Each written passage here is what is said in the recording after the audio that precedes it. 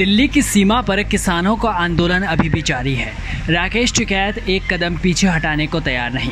वहीं केंद्र सरकार को लगातार वो चुनौती दे रहे हैं। और इस बीच प्रधानमंत्री नरेंद्र मोदी ने विश्व पर्यावरण दिवस पर किसानों से बातचीत की।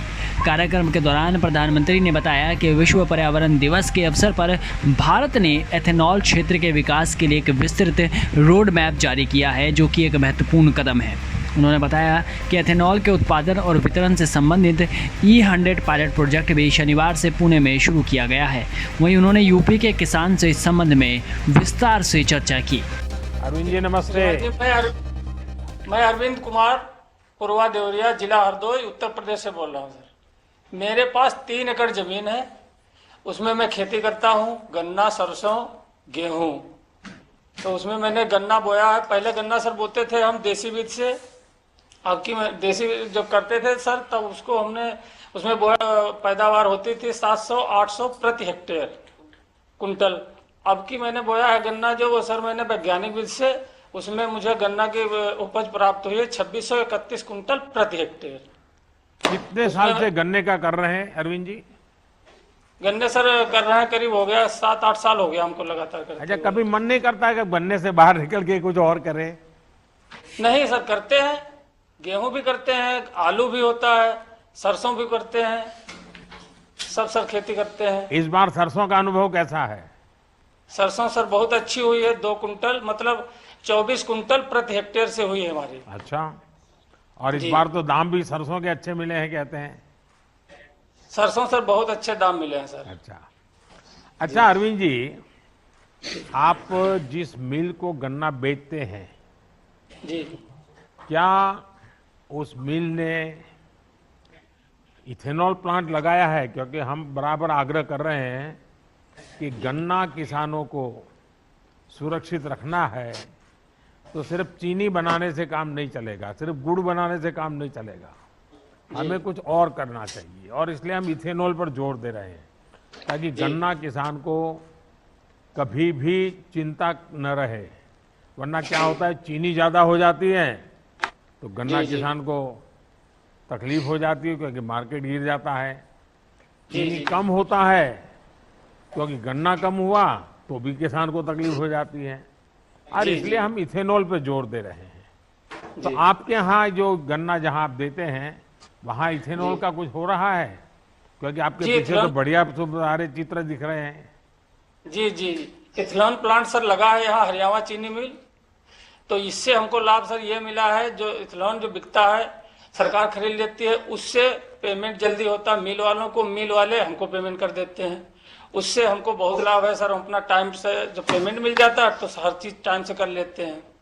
और उससे ये पेट्रोल में मिला के जैसे डाला जाता है, तो उससे पर्यावरण भी शुद्ध रहता है।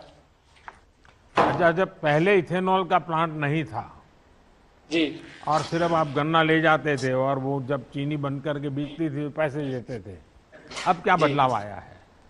अब सर बदलाव यही है, जब पहले चीनी खाली बनती थी तो उसमें पेमेंट, चीनी बिकती थी, ज्यादा बन जाती थी, वो डाउन रहती थी मतलब रेट, तो उससे पेमेंट हम लोगों का लेट होता था। अब जो है इथेनॉल जब से लग गया, तब से सर पेमेंट हमारा टाइमली हो जाता है। किसान उसमें बहुत खुशहाल है सर। अच्छा अरविंद जी, आपको मालूम है, आप तो युवान है और खेती के काम में लगे हुए हैं, पढ़े लिखे भी हैं। इन दिनों पूरी दुनिया में जैविक खाद और ऑर्गेनिक फार्मिंग, ये केमिकल फर्टिलाइजर दवाइयाँ से मुक्त, उसका बड़ा जोर बढ़ रहा है। लोग उसी को खाना चाहते हैं। तो आप उस दिशा में कभी सोचे हैं? जी, हम खेती जैविक मतलब हम ये ऑर्गेनिक खेती करते हैं। जैसे ढैंचा मैंने बो देता है, और ढैंचा बोने के बाद में कंपोस्ट खाद वही डालते हैं सर।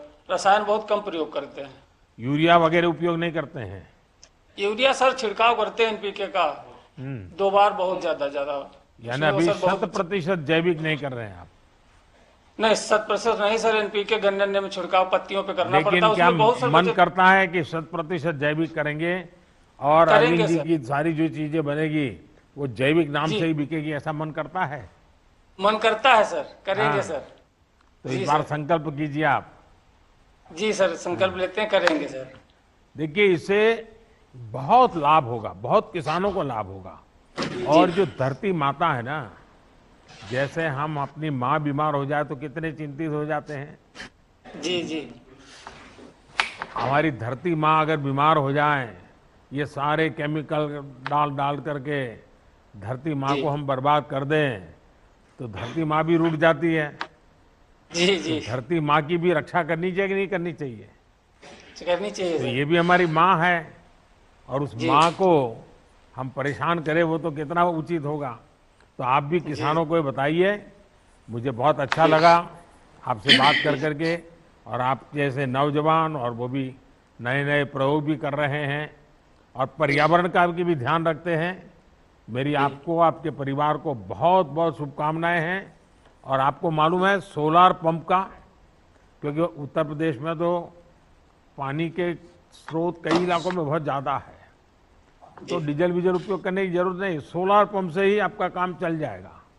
तो वो भी एक पर्यावरण की बहुत बड़ी सेवा होगी। बंजर जमीन में भी हम पानी पहुंचा करके बिना खर्च अच्छी व्यवस्थाएं खड़ी कर सकते हैं। जी तो अरविंद जी, मेरी बहुत शुभकामनाएं आपको। धन्यवाद जी। जी थैंक यू सर। नमस्ते। तो सुना आपने, जहां एक तरफ किसानों का एक धड़ा आंदोलन पर अड़ा हुआ है और दिल्ली की सीमा पर बैठा हुआ है, तो वहीं दूसरा धड़ा अपने काम में जुटा है और पूरी मेहनत से काम कर रहा है। इस वीडियो में बस इतना ही। देश और दुनिया की तमाम बड़ी खबरों से जुड़े रहने के लिए बने रहिए वीके न्यूज़ के साथ। नमस्कार।